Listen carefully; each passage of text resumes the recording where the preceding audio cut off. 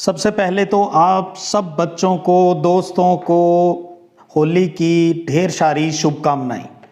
और उसके बाद बिहार से जुड़े हुए जितने भी बच्चे थे उन सबको बहुत बहुत बधाई। आप सबका परिणाम बहुत अच्छा आया क्योंकि बिहार में एग्ज़ाम होकर रिजल्ट आ गया है और बहुत से बच्चों ने अपना परिणाम है वो कमेंट बॉक्स में शेयर भी किया है। प्राउड है मुझे भी आप सबके सपने सच हुए और सिद्धि विनायक संग्रिया परिवार का आपने तहे दिल से शुक्रिया अदा किया। आप सब बच्चों को ढेर सारी बधाई, आपके परिवार को ढेर सारी बधाई। ऐसी ही खुशियाँ अन्य सभी बोर्ड परीक्षाओं से जुड़े हुए बच्चों के जीवन में भी आए, ऐसी ही आज के इस पावन पर्व पर मैं उम्मीद करता हूँ। और अब बात कर रहे हैं पॉलिटिकल साइंस के एक प्री बोर्ड पेपर को लेकर। ये प्री बोर्ड सेकंड पेपर है। अब आप ये सोचेंगे भी फर्स्ट कौन सा है, तो राजस्थान माध्यमिक शिक्षा बोर्ड ने जो पहला मॉडल पेपर जारी किया था उसको मैंने प्री बोर्ड फर्स्ट का नाम दिया है और वो टेलीग्राम के ऊपर भी शेयर कर दिया था। आपके स्कूल के टीचर्स ने भी आपको बता दिया था। तो ब्लूप्रिंट पर आधारित आज हम सेकंड जो प्री बोर्ड पेपर है उसके बारे में चर्चा कर रहे हैं। तो आप भी इसमें भाग लीजिएगा, इसको हल करने की कोशिश कीजिएगा। छोटे जो प्रश्न हैं उनके साथ में ही हम उत्तर की बात भी साथ ही कर लेंगे। और बड़े प्रश्न हैं, मैं हर चैप्टर के जो इम्पोर्टेंट बड़े प्रश्न हैं वो बता चुका हूँ। टेलीग्राम चैनल जो अपना सिद्धि विनायक संग्रिया है उसके ऊपर शेयर भी कर चुका हूँ। तो आपको पता है पॉलिटिकल साइंस का जो पेपर है वो 80 नंबर का आएगा और टाइमिंग वही 2 घंटा और 45 मिनट का है। और सबसे पहले बताऊं, आराम से पेपर पूरा हो जाएगा, बस जितनी बात पूछे उसका जवाब आपको देना है। ऑब्जेक्टिव रिक्त स्थान वाले प्रश्न किस प्रकार से हल करने हैं उसके संदर्भ में मैं आपको यही कहूँगा, भूगोल की जो मॉडल आंसर शीट मैंने आपको दिखाई बस उसी प्रकार से आपको आंसर लिखना है। क्वेश्चन नंबर 1 लगाकर उसका फर्स्ट सेकंड थर्ड पार्ट के आगे जो उत्तर ऐबे सैदे में सही हो सिर्फ वही लिखना है, बाकी आपको टाइम खराब करने की आवश्यकता नहीं है। सामान्य दिशा निर्देश आप सबको पता है ही। चलिए सीधा स्टार्ट करते हैं आज के पहले प्रश्न से। पहले प्रश्न बहुविकल्पी, उसमें टोटल आपके 12 क्वेश्चन आएंगे। आज का पहला प्रश्न है, वारसा संधि की स्थापना कब की गई थी? ऑप्शन 1962, 1949, 1953 या 1955। कब की गई थी? साथ में सोचते भी रहिएगा। वारसा संधि की स्थापना आपको पता है नाटो के विरोध में सोवियत संघ के गुट द्वारा यह संधि लाई गई थी। बिल्कुल सही, 1955। आपने जो सोचा वो सही है, 1955। दूसरा प्रश्न है कि सोवियत संघ के विघटन के समय राष्ट्रपति कौन था? Mikhail Gorbachev, Boris Yeltsin, Nikita Khrushchev या जोसेफ स्टालिन? कौन था? जब सोवियत संघ का विघटन हुआ 1991 में तो उस समय राष्ट्रपति थे मिखाइल गोर्बाचेव। मिखाइल गोर्बाचेव यानी ए ऑप्शन सही है। तीसरा प्रश्न है कि शिमला समझौता किन देशों के मध्य हुआ था? कई समझौतों का जिक्र आपकी पाठ्यपुस्तक में है। भारत और श्रीलंका, भारत और पाकिस्तान, भारत और नेपाल, भारत और बांग्लादेश। तो शिमला समझौता किन देशों के मध्य हुआ? भारत और पाकिस्तान के बीच। बे ऑप्शन इसका सही है। अफगानिस्तान सार्क का सदस्य कब बना? 2005 में, 6 में, 7 में या 8 में? अफगानिस्तान सार्क, दक्षेश जिसको कहते हैं, दक्षिण एशिया क्षेत्रीय सहयोग संगठन है सार्क। तो उसके अंदर पहले जो सदस्य थे उनके साथ एक सदस्य और जुड़ता है। अफगानिस्तान कब जुड़ा? बिल्कुल आपने जो सोचा होगा सही, सही ऑप्शन 2007 में। पांचवा प्रश्न है पहले का, संयुक्त राष्ट्र संघ की स्थापना कब हुई थी? 24 अक्टूबर 45, 14 नवंबर 45, 30 अक्टूबर 45, 31 दिसंबर 1945। यूएनओ संयुक्त राष्ट्र संघ की स्थापना कब हुई? तो ए ऑप्शन इसका बिल्कुल सही है, 24 अक्टूबर 1945। और भारत इसका मेंबर बना था 30 अक्टूबर 1945 को। अगला प्रश्न है पहले का छठा, कि अमेरिका के वर्ल्ड ट्रेड सेंटर पर आतंकवादी हमला कब हुआ था? ऑप्शन आपके सामने लिखे हुए हैं। अमेरिका के वर्ल्ड ट्रेड सेंटर पर आतंकवादी हमला कब हुआ था? कौन सी तारीख है? 11 सितंबर है। बिल्कुल सही है, 11 सितंबर, लेकिन सन का ध्यान रखिएगा वो है 2001। 11 सितंबर 2001 और ऑप्शन है 6 नंबर इसके हिसाब से। सातवां प्रश्न है कि राज्य पुनर्गठन आयोग की स्थापना कब हुई थी? 1956 में, 55 में, 54 में या 53 में? राज्य पुनर्गठन आयोग की स्थापना कब हुई थी? ऑप्शन द सही है, 1953 में। अगला प्रश्न है कि स्वतंत्र भारत के पहले भारतीय गवर्नर जनरल कौन थे? जब देश आज़ाद हो गया उस टाइम भारतीय गवर्नर जनरल कौन बने? नेहरू जी, राजेंद्र प्रसाद, श्री राजगोपालाचार्य या श्यामा प्रसाद मुखर्जी, कौन बने थे? तो स्वतंत्र भारत के पहले और अंतिम भारतीय गवर्नर जनरल थे सी राजगोपालाचारी, यानी ऑप्शन से इसका बिल्कुल सही है। 9वां है कि दलित पैंथर संगठन 1972 में किस राज्य में बना? तो देखिए कितनी बात आ गई, दलित पैंथर संगठन कब बना? 1972 में, लेकिन यहाँ पूछा किस राज्य में। ऑप्शन आपके सामने लिखे हुए हैं, अच्छे से याद है, पूर्व में भी इन प्रश्नों के ऊपर चर्चा हो चुकी है। ऑप्शन बी सही है, महाराष्ट्र। दलित पैंथर संगठन का संबंध महाराष्ट्र राज्य से है। अगला प्रश्न है कि भारत में चुनाव आयोग का गठन कब हुआ? इलेक्शन कमीशन इंडिया में कब बना, ताकि एक लोकतांत्रिक तरीके से देश के अंदर चुनाव संपन्न करवाए जा सके, जनता अपना जनप्रतिनिधि है वो खुद चुन सके? 1949, 50, 51, 52। तो भारत के अंदर चुनाव आयोग का गठन जनवरी 1950 में हुआ। तो ऑप्शन कौन सा सही है? बे नंबर ऑप्शन, 10वें का बे। और पहले का सेकंड लास्ट प्रश्न है कि भारत ने पर्यावरण से संबंधित क्योटो प्रोटोकॉल के ऊपर हस्ताक्षर कब किए? बहुत प्यारा प्रश्न है, एक से बढ़कर एक प्रश्न है, आने भी चाहिए आपको। और ऑब्जेक्टिव छोटे प्रश्नों की तो हम बहुत थोक में तैयारी है वो कर चुके हैं, पॉलिटिकल हो चाहे ज्योग्राफी हो। तो 99, 2000, 2001 या 2002। तो ध्यान रखिएगा, भारत ने क्योटो प्रोटोकॉल पर हस्ताक्षर, ऑप्शन द इसका सही है, 2002 में। अगला प्रश्न है, पहले का लास्ट प्रश्न है 12वां। इंदिरा गांधी की हत्या के बाद देश का प्रधानमंत्री कौन बना? अटल बिहारी वाजपेयी, राजीव गांधी, पीवी नरसिम्हा राव या सोनिया गांधी? बहुत प्यारा प्रश्न है। तो इंदिरा गांधी की हत्या के बाद देश के प्रधानमंत्री बने, ऑप्शन बे सही है, राजीव गांधी। तो जो आपको सिर्फ प्रश्न संख्या लगाकर एबे सैदे में जो उत्तर है वो लिखने हैं। मैंने आपको पहले ही कहा हम छोटे प्रश्नों की आज उत्तर की बात भी साथ कर लेंगे। दूसरा क्वेश्चन आपका रिक्त स्थानों की पूर्ति का होगा, जिसमें 6 क्वेश्चन आएंगे, यानी एक लाइन उठाई जाएगी, वो वन लाइनर की जो तैयारी करते हैं वही चीज़ें होगी, बस बीच में एक जगह छोड़ दी जाएगी, आपको बस भरना है याद करके भी उसका उत्तर क्या होगा। आज का दूसरे प्रश्न का पहला है कि लीग ऑफ नेशंस जो राष्ट्र संघ है के उत्तराधिकारी के रूप में किसकी स्थापना हुई? तो आपको पता है राष्ट्र संघ के स्थान पर एक नया इंस्टीट्यूट बनाया गया था जिसका नाम है संयुक्त राष्ट्र संघ, या इंग्लिश में शॉर्टकट लिखे तो यूएनओ भी आप लिख सकते हैं। तो लीग ऑफ नेशन के उत्तराधिकारी के रूप में संयुक्त राष्ट्र संघ की स्थापना हुई। तो आपको सीधा क्वेश्चन नंबर 2 लगाकर 2 का पहला और उसके आगे सिर्फ ये लिखना है संयुक्त राष्ट्र संघ। रिक्त स्थान वाले प्रश्नों या ऑब्जेक्टिव वाले आपको प्रश्न पेपर के अंदर लिखने की ज़रूरत नहीं है, वो टाइम वेस्टेज होगा और आप अपना पेपर फिर टाइम पर नहीं कर पाएंगे। तो इसलिए सीधा जिस चीज़ के नंबर हैं आपको वही लिखनी है। यही बात मैंने ज्योग्राफी के आंसर मॉडल शीट जो समझाई थी आपको, उसके अंदर सारी बातें क्लियर कर दी थी। तो दूसरे का दूसरा प्रश्न है कि भारतीय जनसंघ का गठन कब हुआ, ये आपको बताना है। तो रिक्त स्थान जो छोड़ दिया उसमें क्या आएगा? जनसंघ की स्थापना बतानी है कब हुई, और आपको अच्छे से याद है वो है 1951 के अंदर। तो सीधा 2 का 2 नंबर लगाइए और उत्तर लिख दीजिए 1951। दूसरे का तीसरा है क्यूबा मिसाइल संकट का चरम बिंदु था, किसका चरम बिंदु था? आपको पता है क्यूबा मिसाइल संकट है वो 1962 में हुआ, और चरम बिंदु किसका था? शीत युद्ध का था। तो क्यूबा मिसाइल संकट शीत युद्ध का चरम बिंदु था। तो यहाँ उत्तर क्या बनता है? शीत युद्ध। तो दूसरे का 3 नंबर लगा के आप सीधा लिखेंगे आंसर शीट में शीत युद्ध। दूसरे का चौथा है कि सोवियत राजनीतिक प्रणाली की धुरी कौन सी पार्टी थी, ये बताना है।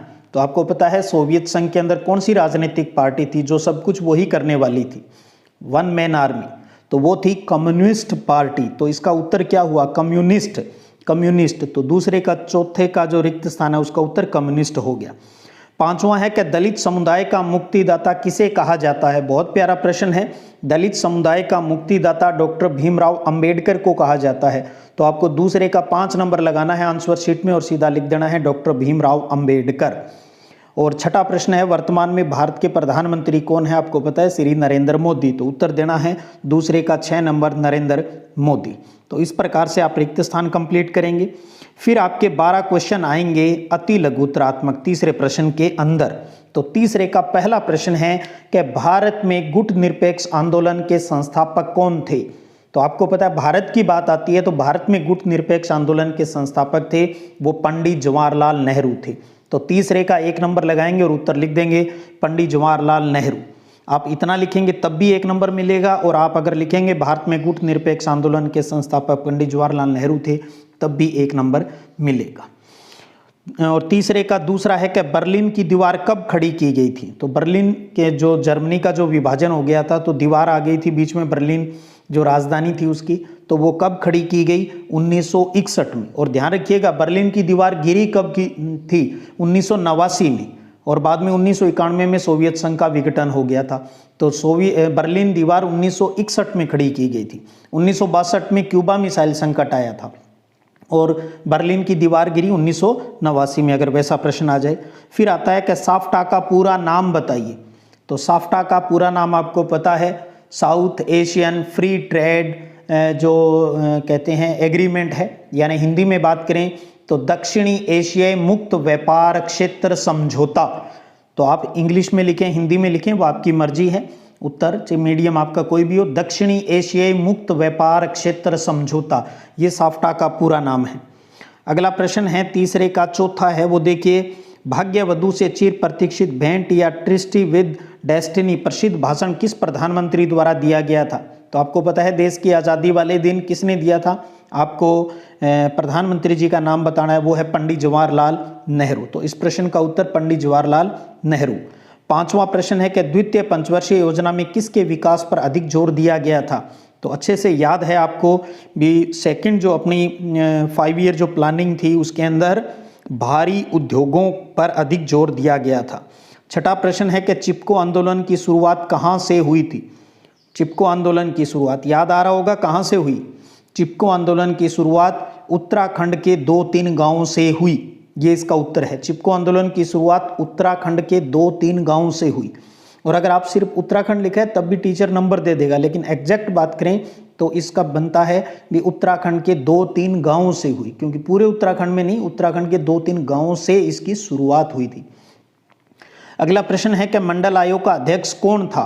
तो मंडल आयोग का अध्यक्ष, बहुत प्यारा प्रश्न है, बिंदेश्वरी प्रसाद मंडल, बीपी मंडल जिनको कहते हैं। आप पूरा नाम लिखें शॉर्ट लिखें आपकी मर्जी है, लेकिन नाम पूरा भी आपको आना चाहिए। कहीं पूछ लें बीपी मंडल जो मंडल आयोग के अध्यक्ष हैं उनका पूरा नाम बताइए, तो बिंदेश्वरी प्रसाद मंडल बीपी मंडल थी।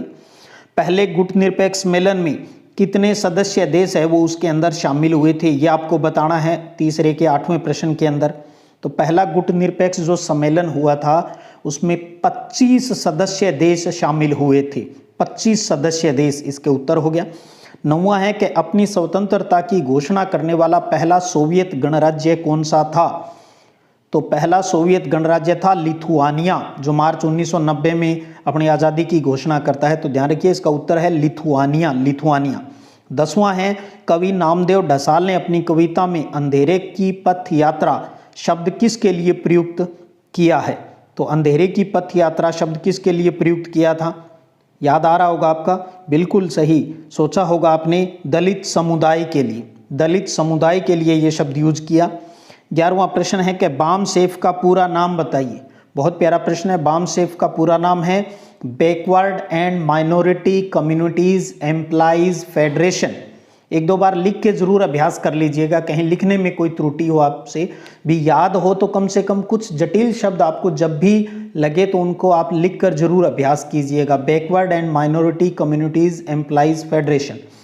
12वां प्रश्न है कि इकोनॉमी ऑफ परमानेंस पुस्तक के लेखक कौन है। बहुत प्यारा प्रश्न है। इकोनॉमी ऑफ परमानेंस पुस्तक के जो लेखक हैं वो J.C. कुमारप्पा है, J.C. कुमारप्पा।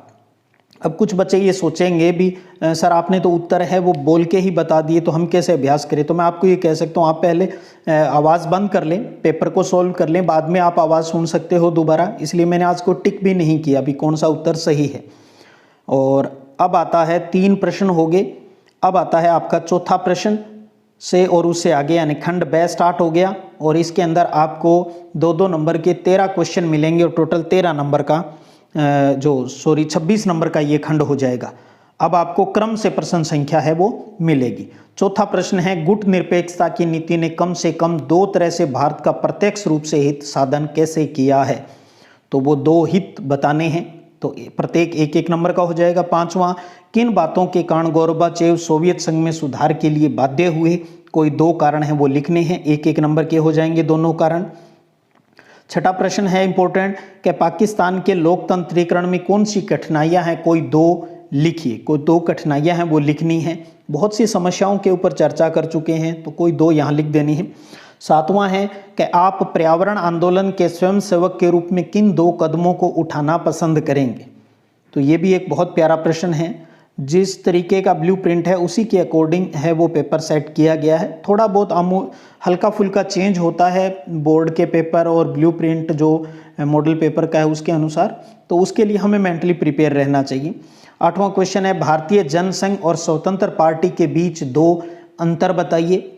नौवां क्वेश्चन है हरित क्रांति के दो नकारात्मक परिणाम लिखिए। ध्यान रखिएगा प्रश्न आप आराम से तसल्ली से पढ़िएगा, कहीं आप सकारात्मक परिणाम लिख दें और यहाँ प्रश्न में पूछा हुआ है नकारात्मक परिणाम। 10वां क्वेश्चन है कि सीमित परमाणु परीक्षण के बारे में आप क्या जानते हैं? तो पहले चैप्टर का ही है जो अपनी CTBT संधि है उसके बारे में जो 2-4 लाइनें आपको पता है उसके बारे में वो यहाँ लिखनी है। 11वां क्वेश्चन है शॉक थेरेपी के कोई दो परिणाम हैं वो लिखिए। शॉक थेरेपी के परिणाम यहाँ पूछे जा रहे हैं, 2 नंबर का ही प्रश्न है। 12वां क्वेश्चन है ऐसे दो मसलों के नाम बताइए जिन पर भारत और बांग्लादेश के बीच असहमति है। फिर कहूँगा प्रश्न को समझ लीजिएगा, सहमति नहीं पूछी है, यहाँ असहमति की बात कही है, यानी जिन दो बातों को लेकर भारत और बांग्लादेश के बीच विरोधाभास है वो बताना है। 13वां क्वेश्चन है कि परंपरागत सुरक्षा के किन्हीं दो तत्वों का उल्लेख कीजिए। 3-4 हमने पढ़े हैं तो कोई दो परंपरागत सुरक्षा के तत्व हैं उनके बारे में थोड़ा लिखना है, 2 नंबर का ही प्रश्न है। अगला प्रश्न है कि भारत के पहले 3 चुनाव में कांग्रेस के प्रभुत्व के 2 कारण लिखिए। तो कई कारण पढ़े हैं, कोई 2 कारण भी पहले 3 चुनाव में कांग्रेस का प्रभुत्व रहा उसके कोई 2 कारण क्या हो सकते हैं। 15वां क्वेश्चन यहाँ पर सुमेलित का दिया है, मैचिंग का क्वेश्चन है।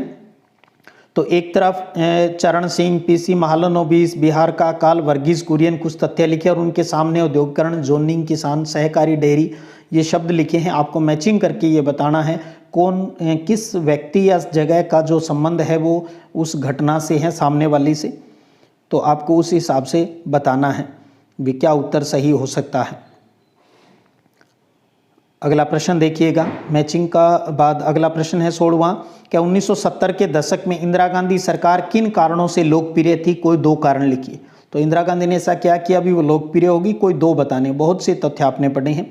तो इस प्रकार से ये 13 क्वेश्चन हो गए आपके खंड ब के। खंड स स्टार्ट होता है जिसमें 3-3 नंबर के 4 क्वेश्चन आएंगे, टोटल 12 नंबर का है। और सबसे बड़ी बात खंड स और द के अंदर जो 3 और 4 नंबर के जो क्वेश्चन आएंगे उन सब में आपको अथवा भी मिलेगा, यानी कोई 2 जो 2-2 मिलेंगे प्रत्येक प्रश्न के अंदर प्रश्न, आपको कोई एक करना है। 17वें के अंदर है कि नेपाल के लोग अपने देश में लोकतंत्र को बहाल करने में कैसे सफल हुए? आप ये कीजिए, अथवा आप बांग्लादेश में लोकतंत्र की स्थापना की चर्चा कीजिए। तो दोनों में से जो आप अच्छे से प्रेजेंट कर सकते हो वो लिखिएगा। 18वें के अंदर है 2 क्वेश्चन, फिर कोई एक करना है कि परमाणु सुरक्षा हेतु भारत द्वारा किए गए किन्हीं 3 प्रयासों का उल्लेख कीजिए, ये क्वेश्चन कीजिए। अथवा विश्व की साझी विरासत का क्या अर्थ है, इसका दोहन और प्रदूषण कैसे होता है, इस बात का जवाब आप लिख सकते हो। तो को दोनों में से कोई एक, लेकिन अभी तो क्योंकि प्री बोर्ड के हिसाब से तो आपको अगर इनमें से किसी क्वेश्चन में कोई दिक्कत है तो आप उसको अच्छे से तैयार कर लीजिएगा, ये सभी क्वेश्चन बहुत इंपॉर्टेंट है। अगला 19वां प्रश्न है कि नर्मदा बचाओ आंदोलन ने नर्मदा घाटी की बांध परियोजनाओं का विरोध क्यों किया, ये कीजिए। अथवा क्या आप शराब विरोधी आंदोलन को महिला आंदोलन का दर्जा देंगे, कारण बताइए। तो दोनों ही प्यारे क्वेश्चन हैं, दोनों में से कोई एक आपको करना है। यहाँ 20वां क्वेश्चन है कि गठबंधन की राजनीति के उदय का हमारे लोकतंत्र पर क्या असर पड़ा है। गठबंधन की राजनीति के उदय का लोकतंत्र पर प्रभाव क्या पड़ा है वो बता दीजिए। अथवा भारत के अधिकतर दलों के बीच एक व्यापक सहमति है, इसकी कोई 3 बातें समझाइए, क्योंकि 3 नंबर का है, जहां का कोई बात पूछी जाती है तो 3 पूछ ली, तो उस हिसाब से आप पॉइंट बनाकर बता सकते हो। तो ये 3-3 नंबर के हुए। अब आपका अंतिम खंड आ गया द, जिसमें निबंधात्मक प्रश्न है, 4-4 नंबर के 3 क्वेश्चन है, प्रत्येक में अथवा आपको मिलेगा।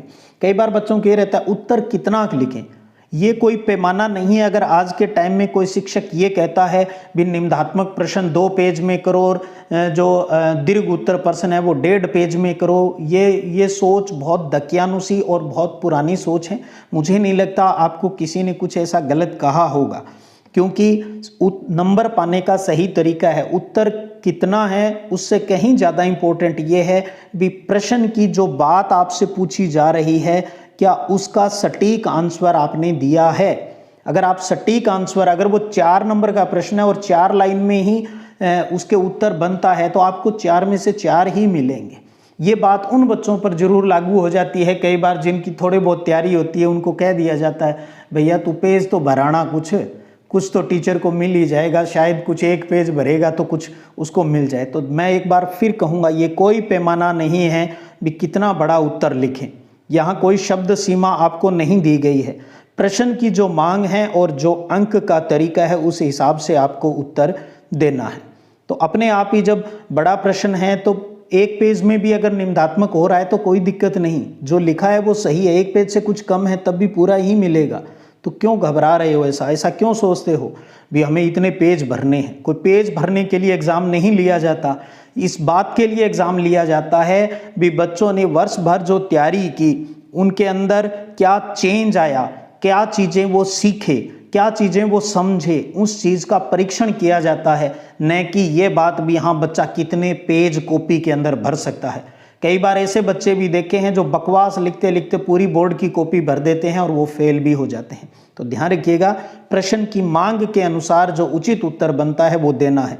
21वां प्रश्न है अंतर्राष्ट्रीय संगठन की आवश्यकता के कारणों को समझाइए, ये कर दीजिए, अथवा भारत सुरक्षा परिषद का स्थायी सदस्य क्यों बनना चाहता है, 4 कारण लिखिए।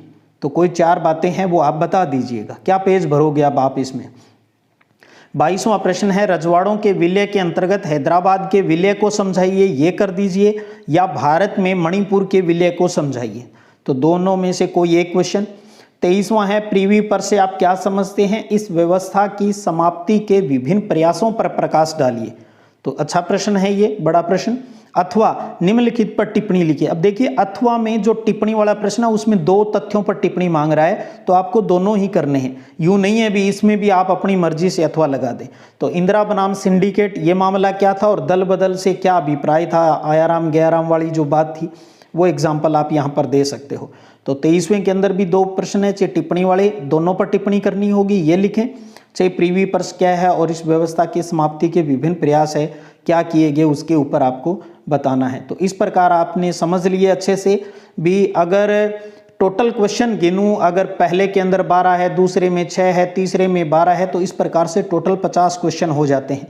लेकिन आप देखेंगे भी लगभग 30 क्वेश्चन तो हैं वो सारे के सारे 1 लाइनर की तरह हैं, शॉर्ट क्वेश्चन हैं। तो और संख्यात्मक दृष्टि से बात करता हूँ, जो बोर्ड आपको संख्या देगा वो टोटल 23 क्वेश्चन है, ठीक है। तो इस हिसाब से आपको पॉलिटिकल के और हिस्ट्री के क्वेश्चन हैं वो आपको मिलेंगे। उत्तर कैसे लिखने हैं इसका तरीका वही रहेगा जो भूगोल की कॉपी में आपने समझा। जो चीज़ आपके समझ में आ गई है उसको किस प्रकार से पॉइंट हेडिंग बनाकर आप लिख सकते हो। तो इस प्रकार से उम्मीद करता हूँ ये जो प्री बोर्ड जो फर्स्ट की एक बार पुनः बता दूँ, फर्स्ट का मतलब फर्स्ट पेपर वो लिया गया था स्कूलों में जो कि माध्यमिक शिक्षा बोर्ड ने मॉडल पेपर जो जारी किया गया था, ताकि बच्चों को वो क्वेश्चन भी तैयार हो जाए और सारा पेपर तो नहीं लेकिन 1-2 क्वेश्चन उसमें भी बोर्ड परीक्षा में रिपीट हो सकते हैं। तो इसलिए जो पहला मॉडल पेपर है आपको वो भी अच्छे से तैयार करना है और उसी के पैटर्न के अकॉर्डिंग ये प्री बोर्ड सेकंड का पेपर है, आप इसको भी अच्छे से तैयार कीजिएगा। और बहुत से बच्चे तो बहुत खुश होंगे भी आज का ये जो क्वेश्चन है वो लगभग बच्चों को आ भी रहे होंगे। उम्मीद करता हूँ आप आज के इस पेपर वाले सिस्टम से काफ़ी लाभान्वित हुए होंगे। आप अपने कमेंट जरूर शेयर कीजिएगा। चलिएगा फिर मिलेंगे एक बार पुनः। आप सब बच्चों को, साथियों को होली की ढेर सारी शुभकामनाएं। राम राम होली की।